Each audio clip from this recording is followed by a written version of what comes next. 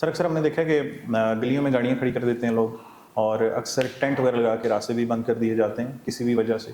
तो अगर उनकी कंप्लेन करनी हो तो वो कैसे की जाती है? यार हमारे ना एक्ट में दो प्राइमरीली चीज़ें हैं जो इनहेरेंट मेरे एक्ट में क्या एंटी एनक्रोचमेंट है, पब्लिक नॉइसेंस है। उसको पब्लिक नॉइसेंस के अंडर आप हमें रिपोर्ट कर सकते हैं, हम ईपीओ के थ्रू उसको रिमूव करवा सकते हैं। बिल्कुल। हमारा ऑफिस रात तक खुला होता है, ठीक है। हमारा स्टाफ मौजूद होता है बिल्कुल ठीक है। और आप अपनी कंप्लेंट हमें दे सकते हैं। ठीक है।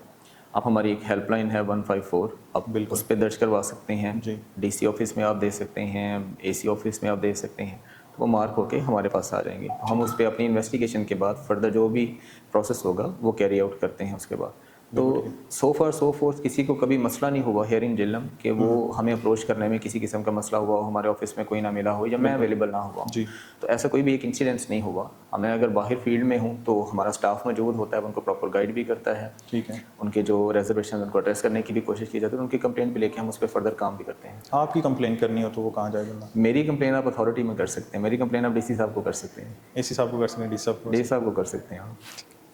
सर सुनते थे कि बल्दिया वालों के हफ्ते लगे हुए हैं, तजावुज़ात की इजाज़त है, तो आपके पास भी कोई ऐसा सीन है या कोई ऑफर्स आती हैं? नहीं, मैं इस पर कमेंट नहीं करना चाहता। नहीं, ऑफर्स नहीं मुझे आई, ऑफर्स नहीं आती। और जो बल्दिया का अपना एक नैरेटिव था, ये उनके बारे में लोग बातें करते हैं, जी। क्योंकि मेरे सामने ऐसा हुआ नहीं है। बिल्कुल। मैंने भी मार्केट से ही ये बातें सुनी हैं। बिल्कुल और कुछ दफ़ा शायद कुछ एक माल प्रैक्टिस मैंने फील भी की है, बट उस पर मैं ज़्यादा कमेंट नहीं कर सकता बिकॉज मुझे उस पर कंफर्म नहीं है। ठीक है। अब इसमें यूजली हम ये समझते हैं कि हमारे इदारे ही ज़िम्मेदार हैं, तो जो लोग दे रहे हैं, दे के गलत करवा रहे हैं, गलत कर रहे हैं, तो वो ज़िम्मेदार नहीं हो सकते। They must be called to account. ऐसे ही।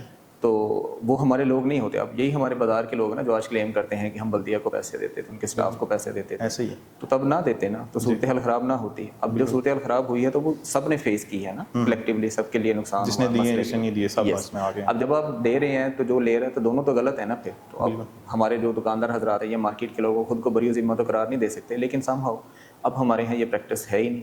मुलज़म को कितनी देर तक आप हवालात में रख सकते हैं या कैसे अदालत में उसको पेश करना होता है, एफआईआर कैसे देनी होती है? एक्ट के मुताबिक ये है कि अगर कहीं हम देखते हैं कि कोई एक ऐसी सूरत हाल है जहाँ पे हमें अरेस्ट करने की ज़रूरत है, उसके लिए जो हमारा एनफोर्समेंट ऑफिसर होगा वो एक रिपोर्ट देगा। बिल्कुल ठीक है। एसडीओ को रिकमेंड करेगा, एसडीओ उसकी रिपोर्ट को ही एफआईआर का हिस्सा बना देगा या अपनी एक एफआईआर लॉन्च करेगा under the recommendations of EO enforcement officer. ठीक है। उन रिकमेंडेशंस के तहत एफआईआर होगी जो कि एसडीओ का इख्तियार है। सिर्फ रिकमेंडेशन इख्तियार है ईओ का, बाकी एसडीओ का इख्तियार है। बंदे को अरेस्ट किया जाएगा, हमारी अपनी हवालात होगी। जी। जैसे कि क्रिमिनल प्रोसीजर कोड में है, हम उसको 24 घंटे के अंदर अदालत के सामने पेश करेंगे। बिल्कुल तो वो जो 24 घंटे होंगे वही हमारे पास होंगे, हम उसे अरेस्ट करके रख सकते हैं। तो इसमें टाइम कम भी हो सकता है, तो अगले दिन अगर कोर्ट में पेश करना तो हम फौरी कर देंगे। हाँ, कोर्ट में हमारा एक प्रोसिक्यूटर होगा जो हमारी लीगल साइड देखेगा, बिल्कुल ठीक है। वो भी थोड़े वक्त में आ जाएंगे हमारे पास। तो वो मेरे बिहाफ पे कोर्ट में हमारा जो भी अरेस्टेड बंदा होगा उसको पेश करेगा फॉर फर्दर प्रोसीडिंग। बाकी आगे कोर्ट की जो भी डायरेक्शन होगी एज पर लॉ उन पे अमल किया जाएगा। ये एक एक्ट के तहत इंस्टीट्यूट बना है, एक बहुत बड़ा सेटअप है। बिल्कुल ठीक है। 2-4 दिन की बात नहीं है और बहुत अच्छा काम भी कर रहा है। आपने इंक्रोचमेंट की स्टार्ट की एक्टिविटीज़ देखी हैं, उसके बाद फ्लड की एक्टिविटीज़ आपने देखी हैं, आपने पंजाब में गंदम एंटी होर्डिंग कैंपेन्स देखी हैं सारी, अभी फ्लड रिलीफ एक्टिविटीज़ सारी आप देख रहे हैं।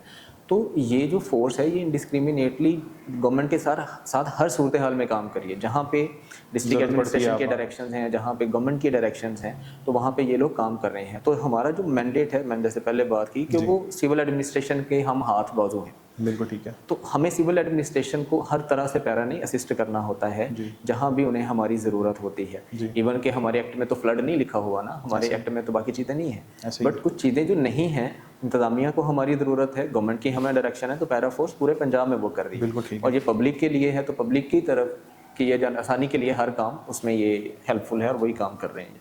आपके साथ कितना हमला होता है जब आप फील्ड में निकलते हैं? मोस्टली हमने एक चीज़ देखी है कि आपके साथ जो है ना वो पुलिस के ही पंजाब पुलिस के जवान मौजूद होते हैं। पैरा की अपनी भर्तियां कब होनी है? 2 चीज़ें हैं मेरे साथ। पंजाब पुलिस से आए हुए डेपुटेशनिस्ट हैं जो पुलिस से डेपुटेशन पे मेरे पास आए हैं, क्योंकि अभी वो पैरा में है तो वो पैरा की फोर्स है। ऐसे। अच्छा, आपको उनकी यूनिफॉर्म से ऐसा लगता है कि वो पंजाब पुलिस के लोग हैं, तो एक्चुअली उनकी यूनिफॉर्म्स बन रही हैं, कुछ लोगों की डिलीवर हो गई हैं, दे आर वेयरिंग इट, और जो बाकी हैं they are waiting for them. ठीक है। तो जैसे ही उनकी पूरी हो जाती हैं तो वो उसमें प्रॉपर पैरा की क्लैड में नज़र आएंगे आपको। हाँ, पैरा अपनी फोर्स भर्ती करेगा आई गेस 6 माह में इनकी रिक्रूटमेंट शुरू होगी जो हमारे सार्जेंट्स हैं। ठीक है। बाकी की पैरेलल हो रही है, हमारे ईओस और आईओस अंडर ट्रेनिंग हैं, एसडीओ के एड रन हो चुका है, उस पर पीपीएससी में प्रोसेस जारी है और उसके बाद फिर आ जाएंगे ये इनकी सार्जेंट्स और सीनियर सार्जेंट्स की तरफ। ठीक है। बट उसमें क्योंकि थोड़ा टाइम लगता है तो इसीलिए पुलिस की तरफ से हमारे पास डेपुटेशन पे पुलिस के लोग आए हुए हैं और हमारे साथ काम कर रहे हैं। अगेन जो पहला पार्ट था आपके सवाल का कि मैं जब बाहर जाता हूँ मेरे साथ कितने लोग होते हैं, यूजुअली मुझे बहुत ज़्यादा फोर्स कैरी करने का पर्सनली शौक नहीं है। मेरे बीट में लोग जो चल रहे होते हैं बाजार में ऑलरेडी पेट्रोलिंग पे हैं, तो अगर मुझे वहाँ पे उनकी ज़रूरत है तो मैं उन्हीं को इमीडिएटली वहीं पे कॉल कर लेता हूँ। ठीक है। बाहर जाने के लिए एक बंदा हमारे साथ हो तो मुझे तो वो काफ़ी होता है, उसके लिए ज़्यादा की ज़रूरत भी नहीं होती है, क्योंकि बाकी को आप अपने साथ एंगेज करने के बजाय किसी काम पे एंगेज कर सकते हैं। तो I prefer them engaging in some sort of work. तो मैं अपने साथ ज़्यादा नहीं कैरी करता, जो मेरे ऑलरेडी अवेलेबल हैं किसी भी जगह पे, तो कहीं भी काम करना तो उन्हीं को हम बुला लेते हैं, उनके थ्रू काम ले लेते हैं। जो सरकारी इमारतें हैं या तजावज़ात हैं जो थड़े बने हुए हैं अक्सर हमने देखा है, तो उनका भी इख्तियार है या सिर्फ लोकल आवाम के लिए है? नहीं, दो चीज़ें होती हैं। एक मेरे एक्ट में है स्टेट लैंड। अब स्टेट मैं ये समझता हूँ, मेरी अपनी परसेप्शन है, मे बी किसी और की डिफरेंट भी हो सकती है। स्टेट की जो जगह है, स्टेट तो हक रखती है ना उसको राइट रिजर्व रखती है उसको इस्तेमाल करने का। अब कहीं पे अगर किसी ने प्राइवेटली प्लांटेशन भी की हुई है, मेरे ऑफिस के सामने हुई है, तो क्या मुझे उसे ख़त्म कर देना चाहिए? नहीं। हम पौधे तो पहले ही नहीं लगा रहे हैं ना, तो हम उसे अगर ख़त्म करेंगे तो वो एक अच्छा सिग्नल नहीं है। स्टेट अपनी लैंड को इस्तेमाल कर सकती है।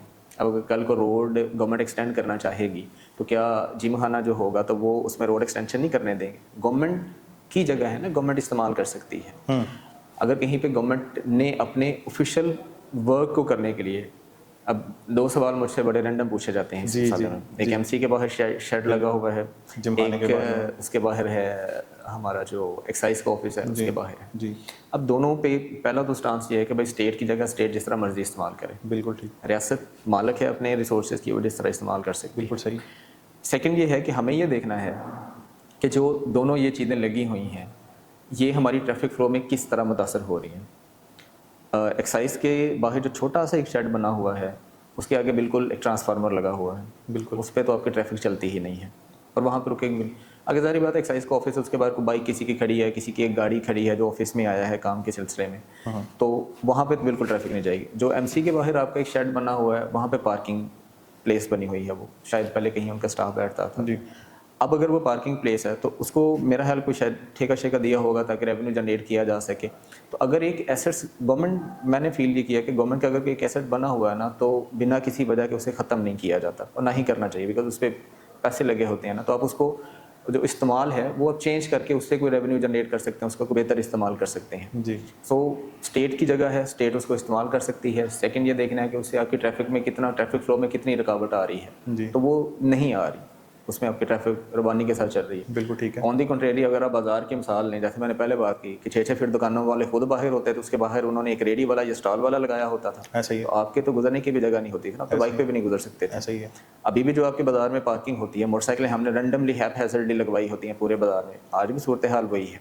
ठीक है। तो आज भी हम उनको चैनलाइज नहीं करना चाह रहे थे, क्योंकि वो मेरी डोमेन नहीं है, मैं उसमें इंटरवेन नहीं करता, तो वो जिनकी है वो देख लेंगे। बट कहना ये चाह रहा हूँ कि थोड़ा हमें भी बीइंग पब्लिक, हमें भी थोड़ा सा रिस्पॉन्सिव होने की ज़रूरत है। बिल्कुल। गवर्नमेंट की जिम्मेदारी नहीं होती कि उसने हर काम हम पे नाफज करना है, ऐसा ही है। हमारा शऊरी तौर पे हमारा भी ये फ़र्ज़ बनता है कि हम भी उनका साथ दें ताकि ओवरऑल इन्वायरमेंट को एक बेहतर बनाया जा सके, एक अच्छी पोजीशन क्रिएट की जा सके।